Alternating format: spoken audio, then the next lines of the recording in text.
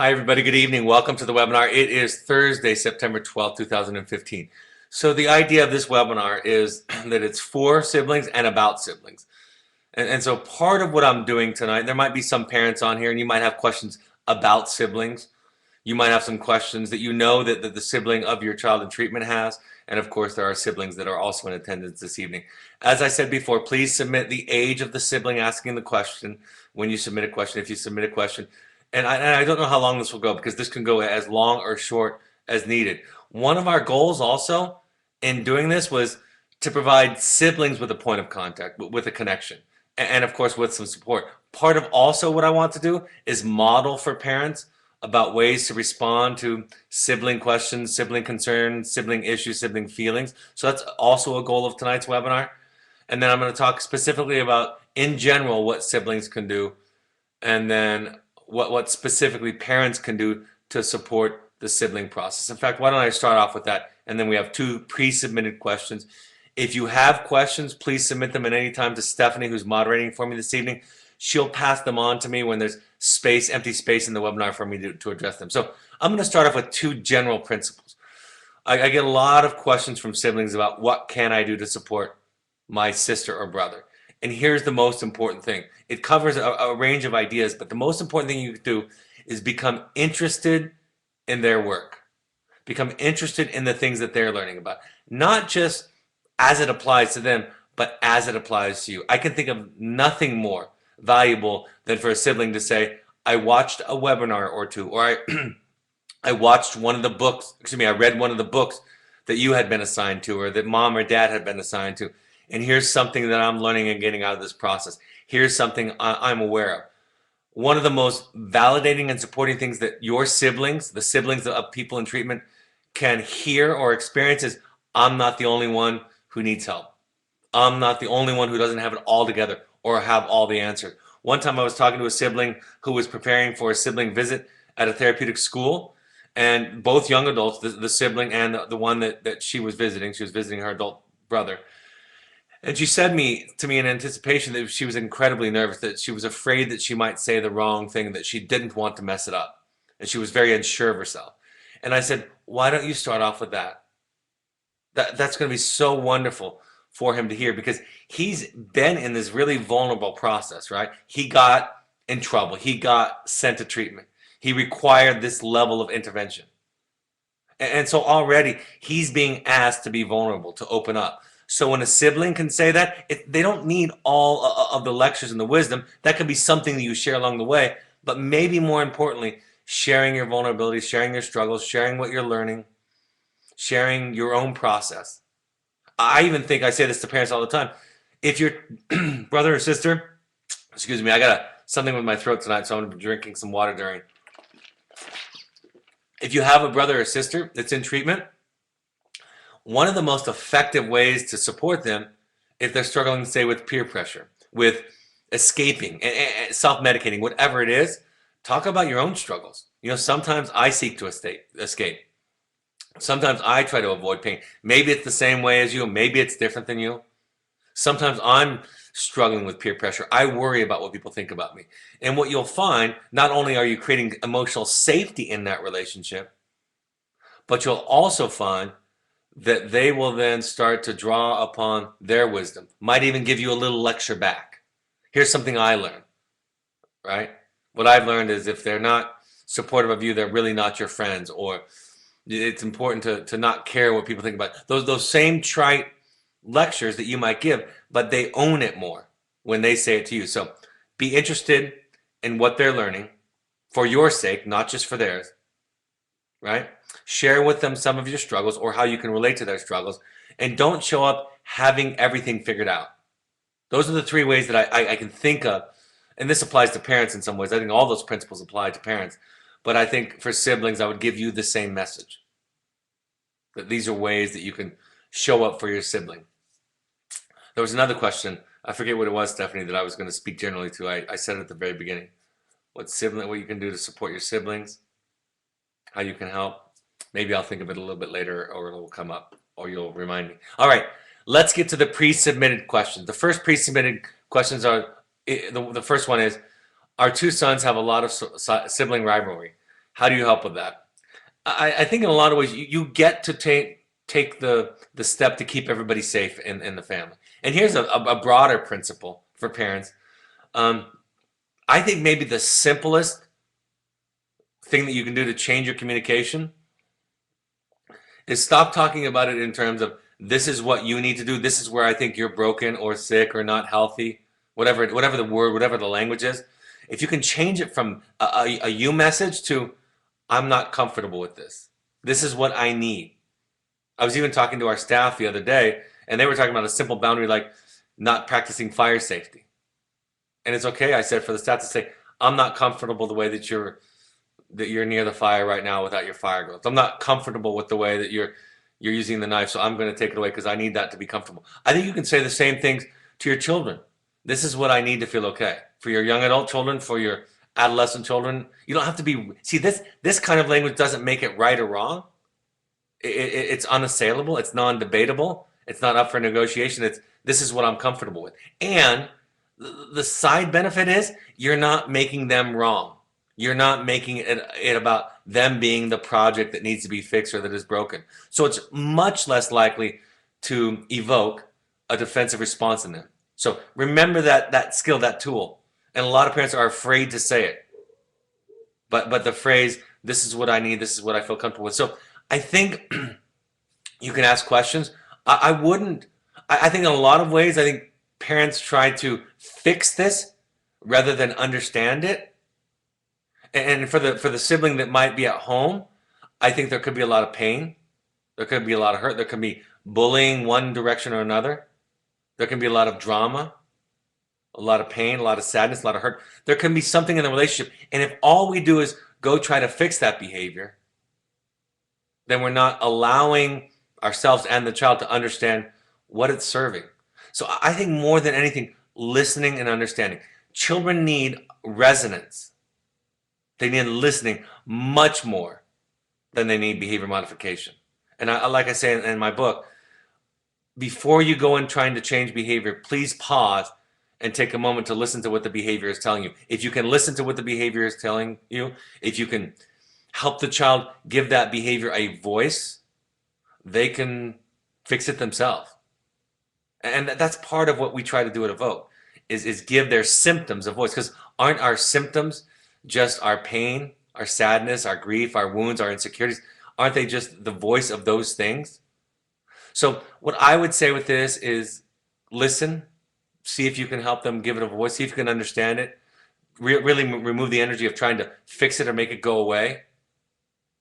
First, try to understand it, and perhaps by understanding it, it'll go away on its own. But I think it's important to respect it. In a lot of cases, I would say very directly to parents, especially when the child's in treatment, don't try to get the child at home to engage, to get them past their forgiveness, past their hurt, past their anger. Right? Spend a lot more time at listening and hearing, respecting, and understanding it.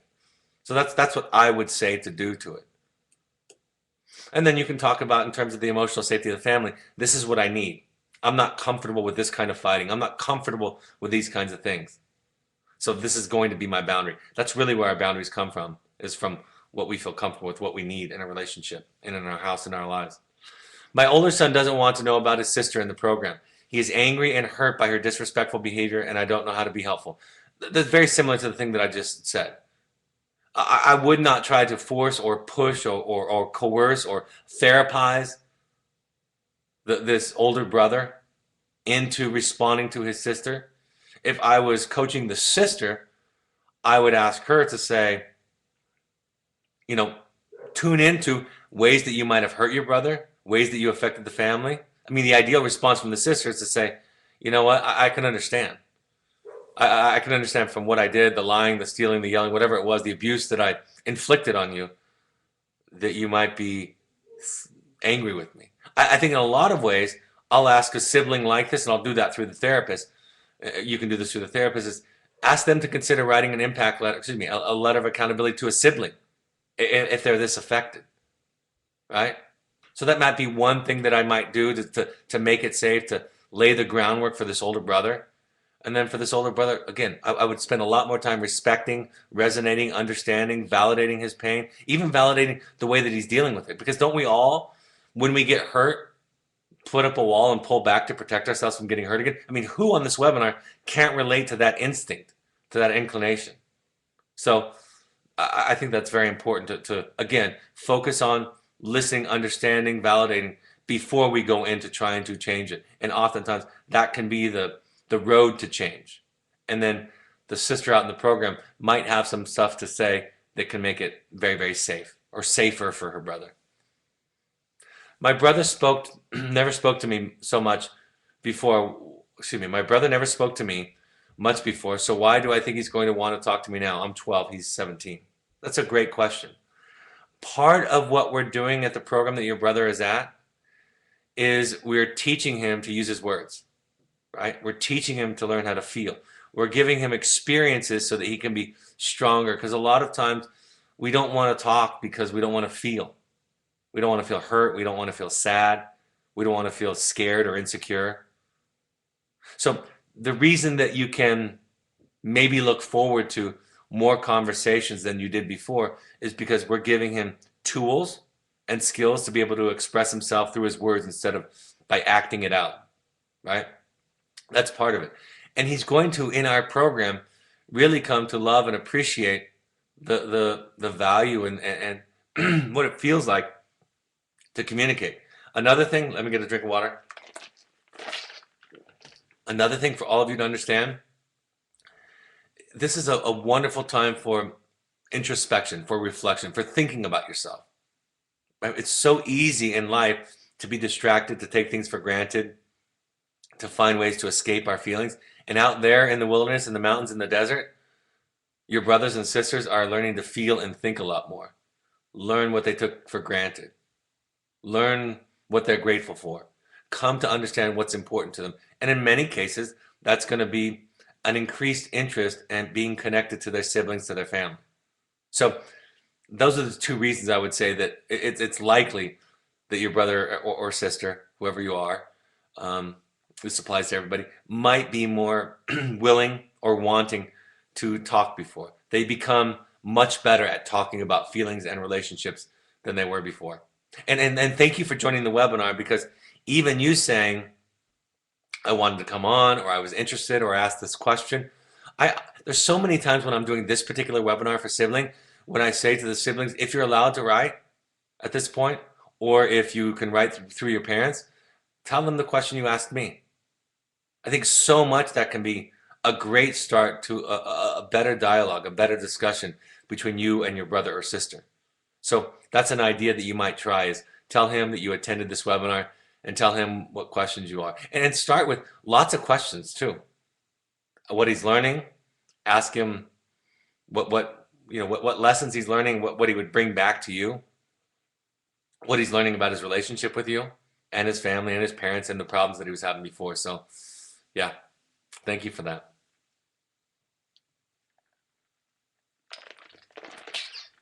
What should I do if I realize there are multiple similarities between my little brother and I, but he is still unaware of himself, so he doesn't see them the way I do? How can I address him when I do see him, speak to him? I think it's valuable to just recognize that you see similarities and share them. And this isn't trying to force him or coerce him to see it the way you do, but you can just share it from your experiences. I do that with our students all the time. And sometimes my comparisons are very specific, and sometimes they're general. And so I think the more you can say, I can see myself in you, especially when you can see yourself in the things that he's doing that he got in trouble for. And the simplest example is, I often talk to my clients, about my students out in the wilderness, about my own self-medicating. And you can get as specific or as general as you want, but like I said before, we can all relate to wanting to escape pain. We can all relate to having problem relationships. We can all relate to not getting along with parents. Well, most of us can relate to not getting along with parents and at some point in our lives. So I think the more you share it, and you can experiment with levels of specificity or generality about it, that would be very helpful. But remember this too. You don't have to get it right. This reminds me of something parents always ask. It's okay if you allow yourself to be coached by the Evoke therapist, right? That's a wonderful gift to your brother.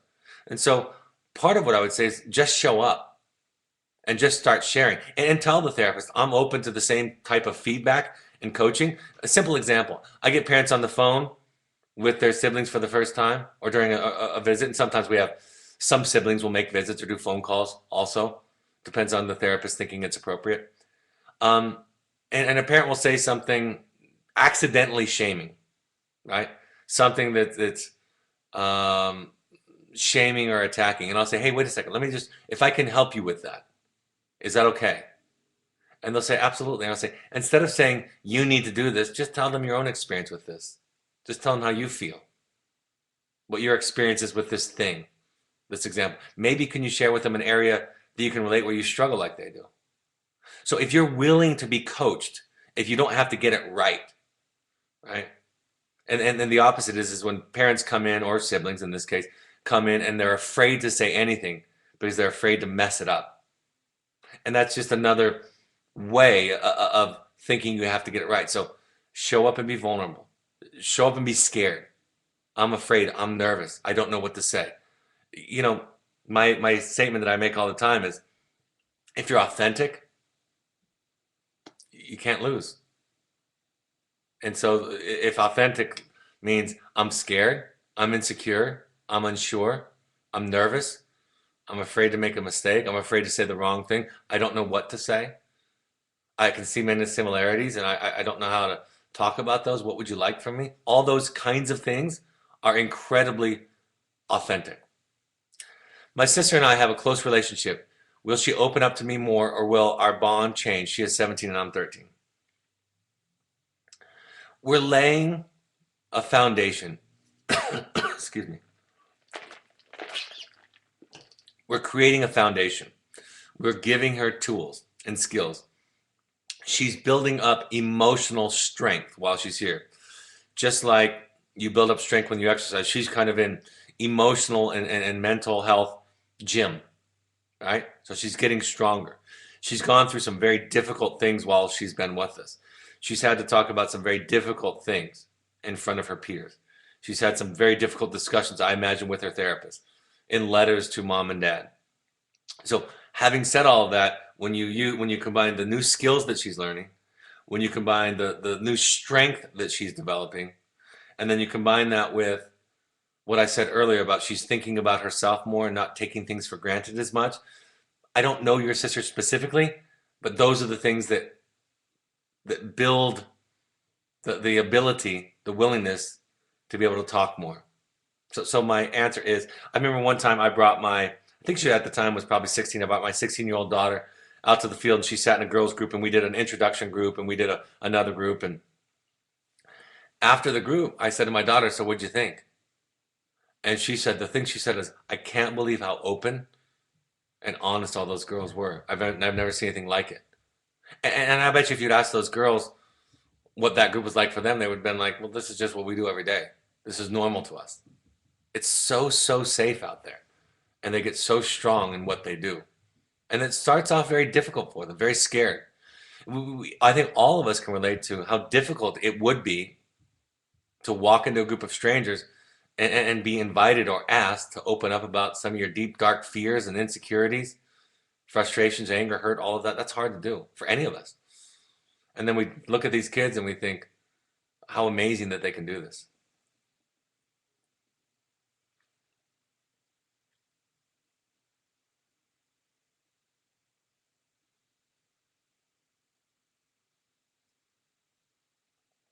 I'll take a drink of water while I'm waiting for the next question.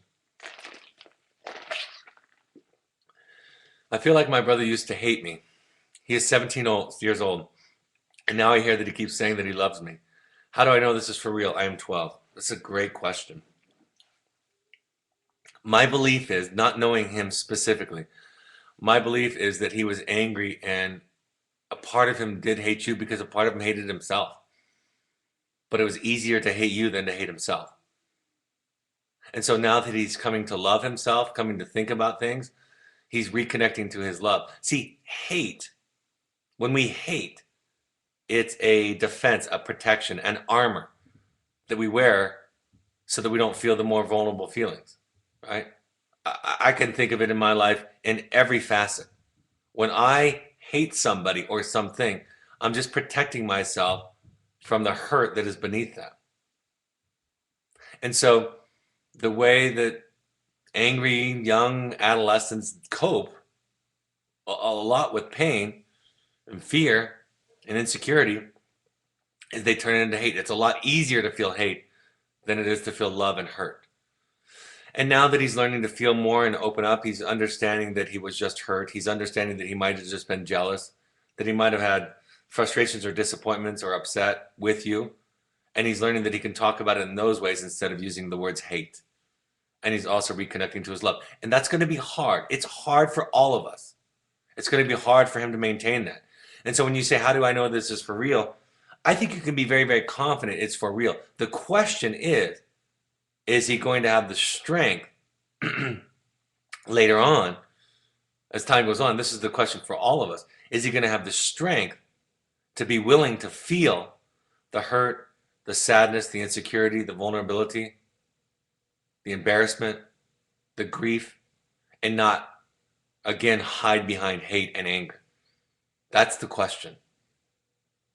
So if he goes back to that and flops back to that, then I'm sure there'll be moments when that will come up again. Well, and this is hard to say to a 12-year-old because it's just hard, but when somebody hates or gets angry, they're just scared or hurt or sad or afraid.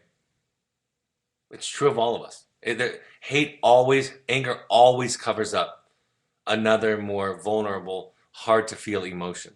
Always.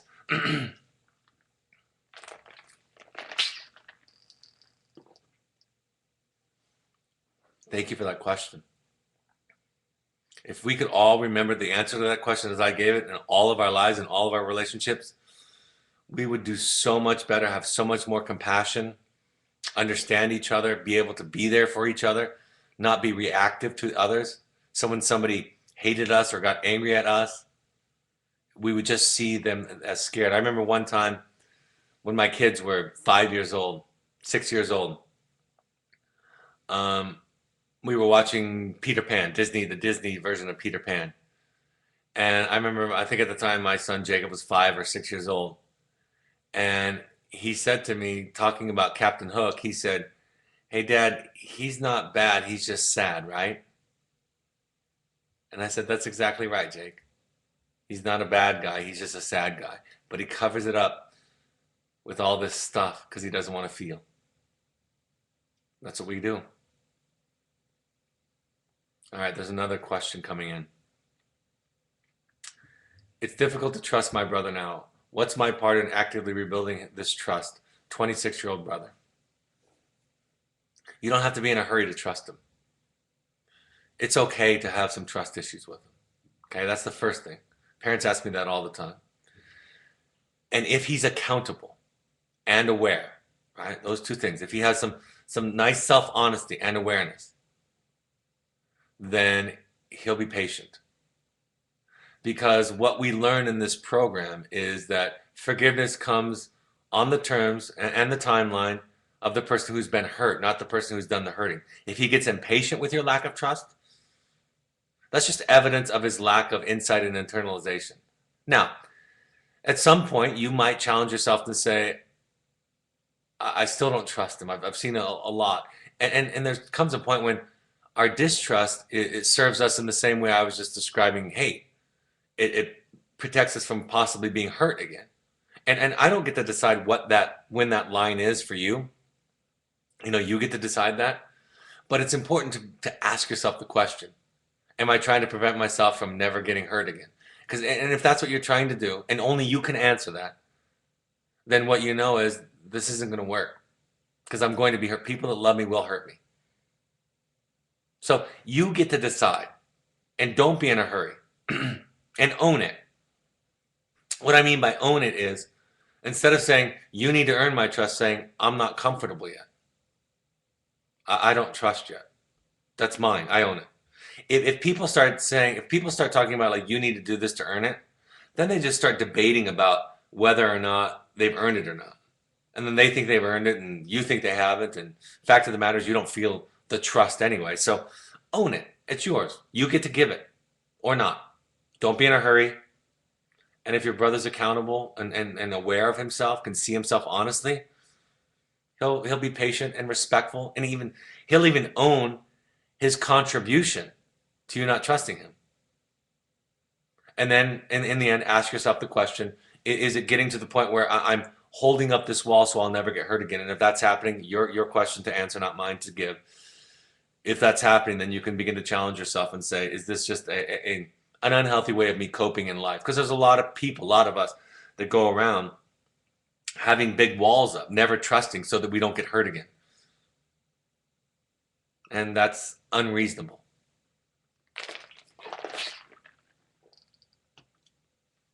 So I guess your part is to own it. What type of gift should I send my brother for Christmas if he is still in the wilderness? I'm the 12-year-old sister to a 17-year-old brother. That's a great question. First, I'll say ask your therapist, but let me tell you my favorite gifts. My favorite gifts are letters.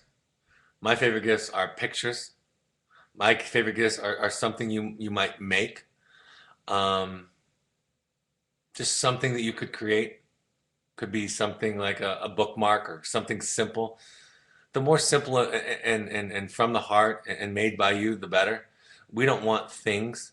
We're going to de-emphasize. We're not going to talk about a lot of things this Christmas or Hanukkah for siblings out here. So something that you make. I used to have parents send out one of those, just floppy photo albums and put pictures in of animals and siblings and family and things like that, and then include a letter with it.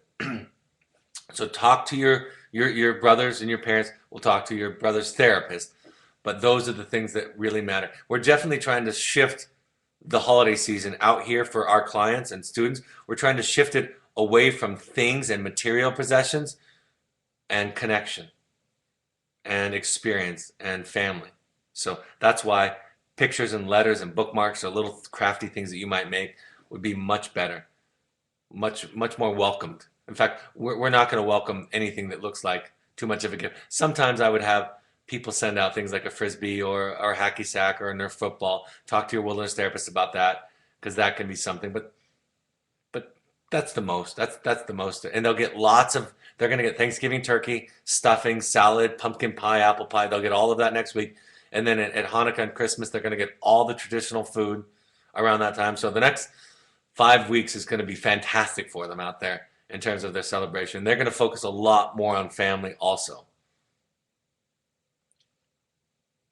I would often have them read The Grinch, The Giving Tree. I'm doing a webinar Monday on gratitude, but I would have them read simple children's books around things like that. So sometimes a children's book could be a good gift also, especially if it's one that meant a lot to you.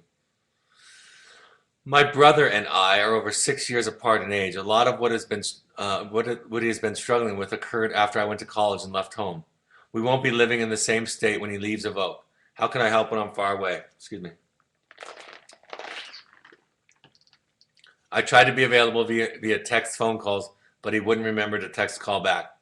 I know communication will be different when he comes home. How can I help with that 28-year-old sister? Thank you. I can think of a gift that you and a lot of you can give to your brother and sister. I'm going to come back to this slide in a second, but I want to show you something. Watch one or two of these. These slides are all on our parent portal, so your parents can give you these hyperlinks, these URLs, these web addresses. But the ones I would encourage you to watch as siblings, maybe it's here. The I feel statement, that would be a nice Christmas gift or a nice Hanukkah gift or a nice Thanksgiving gift. I know you didn't ask about gifts, but I'm relating it to that. The 8 tools for transforming relationships, that would be a wonderful gift. This webinar and specifically this webinar, if you go to our website and you download the blog that I did on this, it was probably like 5 weeks ago or so. The reason I say that's what you can do, will you put that question back up again, Stephanie?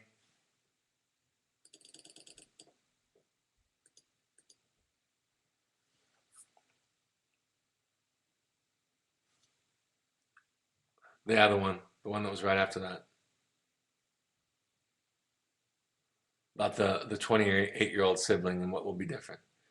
So here's what I think is different. See, if you can meet him where he's at, if you can support him in this, if you can learn some of the skills and tools, it doesn't matter if he doesn't live with you again. It doesn't matter how often you talk to him. Oh, and this is true for parents also. But if you can be an anchor, a reference point, right? And psychology, we call it, if you can give him a copy of yourself that he can carry around. And so if you can acquire a couple of these tools, have some shared language, understand what he's going to, learn to converse with him in these ways, that is both a great gift, if you're thinking about a gift, but also it is something that will make a difference in his life, right? I still remember my sixth grade teacher. I still talk to him, and I still see him once in a while.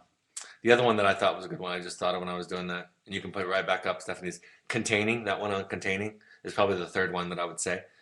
But if you can be that person in his life, I can think of lots of people in my life that I don't talk to often, but I felt seen by them. I felt heard and understood by them. I felt like they joined me in being vulnerable with me and opened up to me. I carry that around with me. It becomes a strength. I remember I saw my high school not guidance counselor, but counselor a week ago. I had dinner with him. And I spent a lot of time in his office as a teenager. And I think he remembered my brother he taught in ceramics class. He remembered my brother better than me because I was just one of those kids that kept getting sent to his office. But I carried him around my whole life. And I carry around my sixth grade teacher all the time. And I don't talk to my high school counselor. This is the second time I've talked to him since high school. And I talked to my sixth grade teacher, but I went 20 years without talking to him. And we reconnected because of social media. So what I'm saying is sh- get in get in the room with him. Right? Find a bridge in terms of the language and things that he's learning a little bit. Give him that gift. For the rest of you, if you want to give a gift, you can even say, I asked Brad Reedy, the guy who does the webinars, I asked him what gift, and he said a nice gift would be if I watched 2 or 3 webinars. I mean, think of that. That's 2 or 3 hours of your time. That's more of a sacrifice than for a lot of people than going and spending 25 or $30 on a gift or whatever. That's to me something that you're trying to connect with them about. So if you can do that for him, if you can see him, if you can develop a skill around that, then you're going to make a difference in his life no matter how frequent you talk with him. So,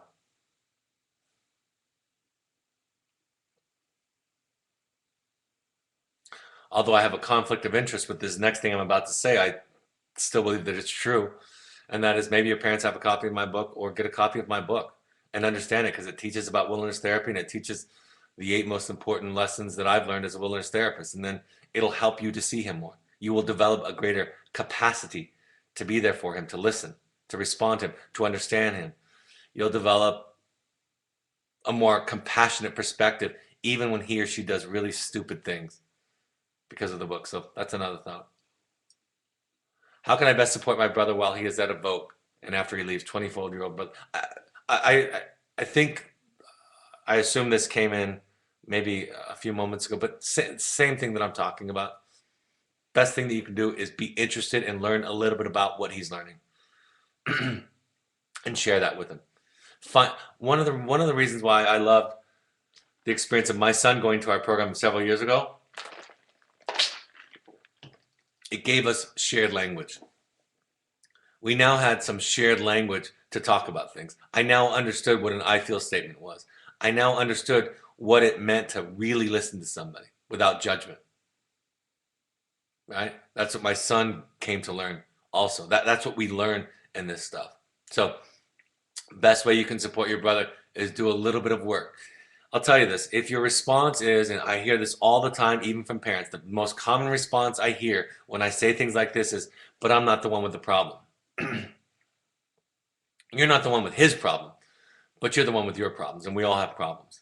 So um, we can all do better. We can all learn to listen better. We can all become more aware. We can all practice vulnerability. We can all become more authentic, more honest, right? We can all do better at not medicating or trying to escape. All of us can do better. And so you get on that road next to him, and then he realizes he's not the only messed up one in the family. Feels really safe. Fantastic. And you build a bridge between him and you, and that's fantastic. I would be so happy if some siblings did some of those things, watched a couple of those webinars, read that essay that I wrote on 8 tools, something like that. Does my brother, age 17, get a turkey on Thanksgiving from his 12-year-old? Yes. Turkey, ham, mashed potato, stuffing, salad, vegetables, everything. They pig out, just like we all do on Thanksgiving. They get all of it. Pie. They also get, because they're in group with some are Jewish, some are Christian and celebrate Christmas, they get both Thanksgiving dinner and the Hanukkah food. So they get both. If I sense that my brother is using again once he's home, or that he's being dishonest and headed down the wrong direction again, how do I help? 26-year-old sister. My voice is really getting taxed, but great question. Hold on.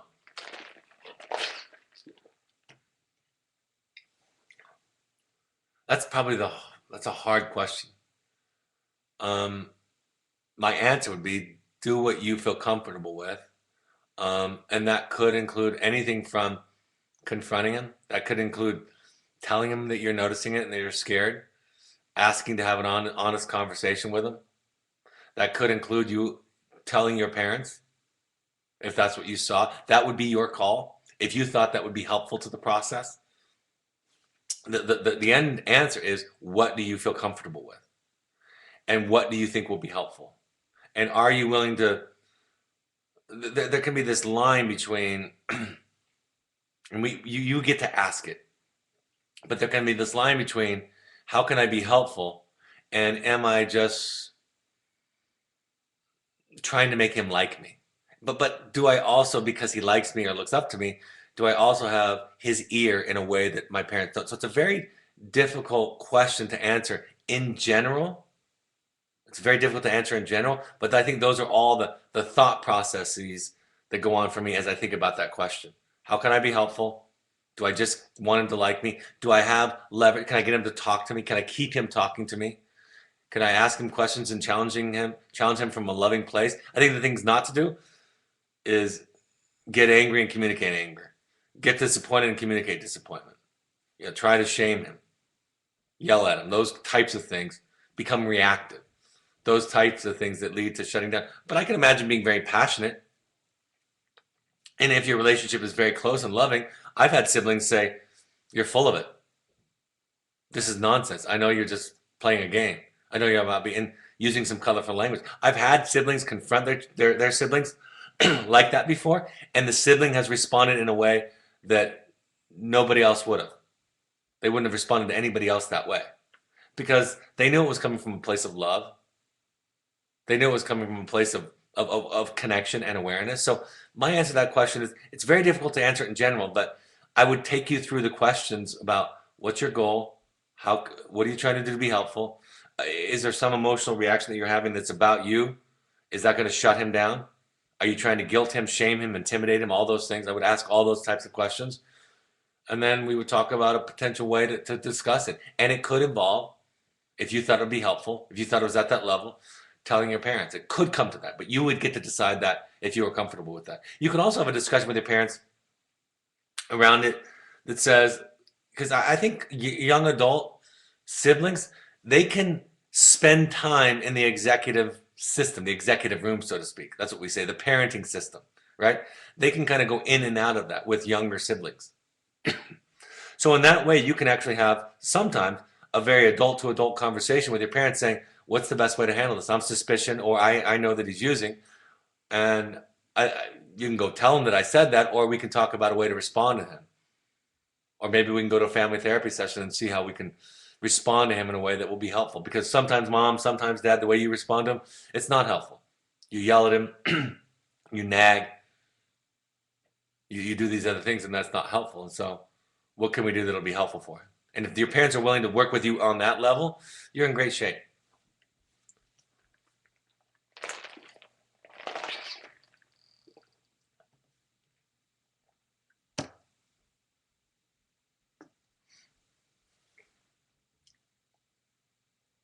My sister's emotional issues take a lot of my parents' attention, and my other sister and I feel like we're being left out. 13-year-old brother.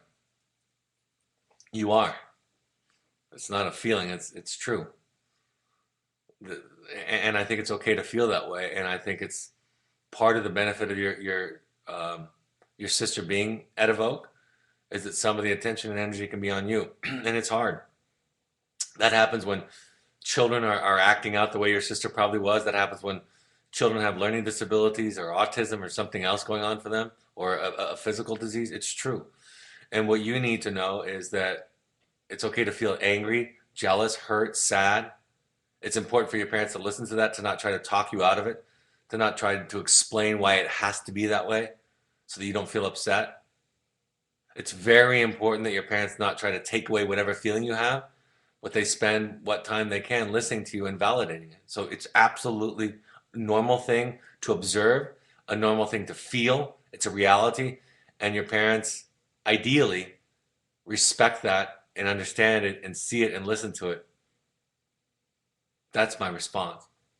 And it's a fact that it would be true of any family that when somebody's having any kind of struggle, physical, mental, emotional, addiction, whatever it is, that they're going to get a lot more attention, and some of that's going to be taken away from the other siblings. And then find ways to celebrate you. Find ways to focus on the ones who aren't in trouble. I mean, that would be the ideal, right? To find special time, to dedicate time during the day when this is a no talk about sister time, right? We're not going to talk about Susie all Tuesday. We're going to go out and there's no talk about Susie today. And that would be something I would encourage your parents to do. My brother, who is currently in your program, bullied me for years and got other people to as well. It made it increasingly difficult for me to trust him as well as others. When he comes back, how should it be handled? I wouldn't wait till he gets back. I'm sorry, my throat's really scratchy. I wouldn't wait till he gets back. I would start talking about it now. I would say that you have the right, I mean, psychologically speaking, to write a letter to your brother while he's here and to talk about what he did and to start a dialogue about how it's going to be different, how you're going to take care of yourself, how your parents are going to protect you, and see where he's at with it. See if he's acknowledging it, aware of it, accountable for it. If you can find a way to deal, I would start now. And this goes with almost every issue. Don't wait till the end, but have discussion and dialogue around these issues now. And you have the right to express yourself. You have the right to be heard. And if your brother is doing his work, he's going to be accountable and sensitive and aware and apologetic and talk about ways that he's going to make amends. That's just another way of saying make it up to you. That's his job right now. That's part of all of our healing is to make amends. That is to apologize and make it better. Clean it up. Start now.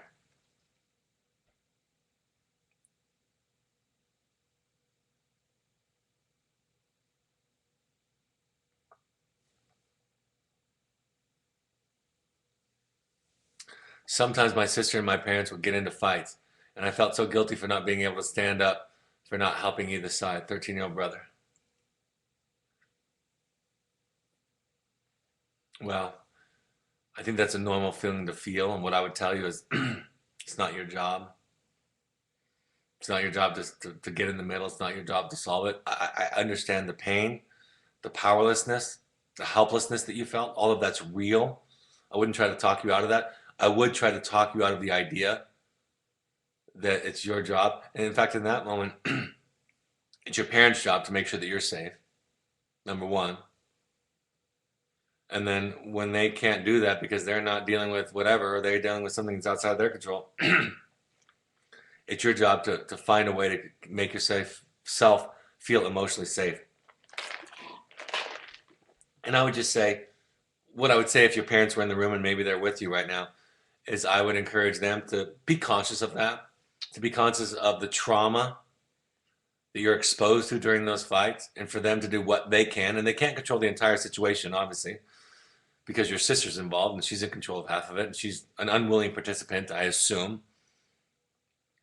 But I think everybody in the family can hear you and can understand that you're kind of an innocent victim. And I would lastly just repeat myself and say, it's not your job to make them not fight. It's not your job to stand up to either one of them. You're fired from that, from being the referee. It's your job to find a way to feel safe. It's your job to communicate how you feel, and it's your family's job to do the best that each one of them can to support you in feeling safe. Thank you for asking that. I'm sorry that you went through that. I know that's real trauma.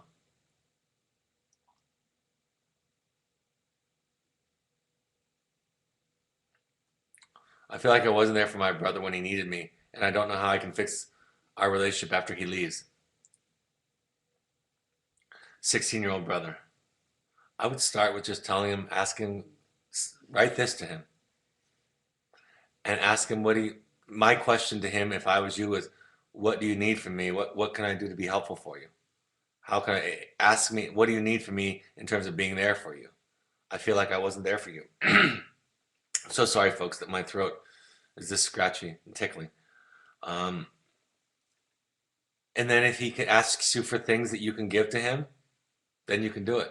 Again, not to be too much of a nag, but this webinar specifically, these two webinars right here on this page, the I feel statement and the 8 tools, watch those for him and see if, especially the 8 tools, you can even just read the 8 tools essay that I wrote on our blog, and you'll find it's just 8 simple rules that help you in a relationship.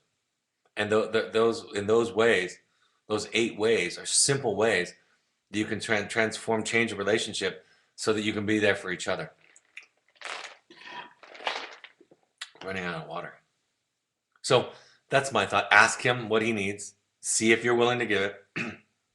Acknowledge that you don't think you were there for him.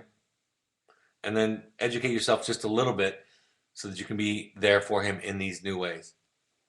Do they have to cook that turkey? You know, sometimes they do and sometimes they don't. Typically, we have them pre-cooked, but they heat them up out there in Dutch ovens. If you don't know what a Dutch oven is, it's a big iron pan. It's about that, I don't know what that is. What's that, like 8 inches, 10 inches? Maybe deeper. And they'll put the turkey on it and they'll put hot coals on top of it, and they'll put it in the ground and put hot coals all around it and on top of it and heat it up. So sometimes it's usually, it's not cooked from scratch for sure. It is pre-cooked. But sometimes they'll heat it up there, finish cooking it out there for a few hours. It's so good. By the way, there is sadness about not being with family on Christmas, Hanukkah, and Thanksgiving for all of our clients and students. But some of my most memorable holidays in my life were when I was out in the field during one of those holidays. And I've been out in the field during the Christmas holidays, the Hanukkah holidays, of course, and the Thanksgiving holiday. And it's been some of my most memorable, meaningful holidays of my life. And the same is true for your brother and sister. It's true for them. It's so fun. We play football. It's a day of fun. We play frisbee, hacky sack, all kinds of. They play lots of fun games out there. Your brother or sister is learning so many cool campfire games and riddles and different things out there that it's going to be fun for them to bring them home to you. What will happen after the program to my brother if my mother hasn't changed? She seems to be working on it, but she often quits her goals. My brother has a similar pattern, 26-year-old sister. It won't be ideal. That's what will happen. I mean, I think it's wise of you to notice this. I think it's wise of you to encourage your mom. Part of what we say to all family members is plan on nobody else in the family changing. Right? If you plan on nobody else in the family changing, we say that to the students, we say that to the parents, in this case to the sibling. If you plan on nobody else changing, then what you end up focusing on is what can I do? In some ways, you guys know what when you get a vaccination or you get inoculated against some disease, right? You're going to go to Africa and they give you those shots so that you don't get typhoid fever or whatever, right? So part of what we're hoping to do is to inoculate the children, the clients, the students against the parents' limitations, because the parents aren't going to get it perfect. Some of them aren't going to even get it close to perfect. And your mother may fall into that category. I would encourage you asking your mother, have you been watching the webinars? Have you watched the basic ones that are recommended? How are your assignments going? I mean, if she's open to, again, that kind of a dialogue, you can share your feelings about how important you might think that is, because it does matter. And it will be harder for him, for sure. And having said all of that, he will have strength and tools to draw upon in the coming months and years that he didn't have. He's better off, is what I'm saying. But if there's one thing that can happen in our program that can increase outcome results, it is for parents to do as much work as possible while their children are with us. It changes the dynamics, the relationship, the response dramatically. So if you can encourage that, ask questions about it. You can ask questions. I'm not saying that you're the parent, but you can be curious about it. Have you been going? We asked them to go to, let me show you something for an example. We asked parents to go to, 6 of these meetings while their child is with us. That's easy to do. They're free, so money can't be an objection. They happen if they're in any near any kind of metropolitan area, any kind of city, big city, reasonable sized city. They're all the time, every day. So we just want them to go to 6. And a lot of parents again say, I don't want to do that. I don't feel comfortable. Try it. Just try 6. That's our request. That's our hope. So for you, ask her. Ask her out of curiosity. Encourage her. If you live near her, go with her. If you don't live with her, ask her about it and ask her about it the next day. Support her.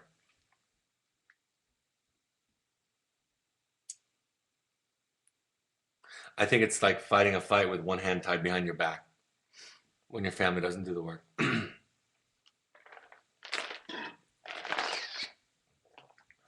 This is a great question. How can I be closer with my 17-year-old sister after she leaves the vote? My recommendation to you is to ask her, what can I do to be closer to you? That would be the best thing that you could do for starters. And then learn to tell her what you need from her. That's the second thing I would say, is learn to tell her what you need from her and how you felt about if she was fighting or the things that she was doing. You might not know all about them, but tell her how you feel when she ignored you or was mean to you or yelled or whatever it is. So first, ask her what you can do to be closer, number one. Number two, tell her how you felt when she did things. And tell her what you would like from her. Those are the best ways that I can think for you to be closer to your sister. Thank you so much for asking that question.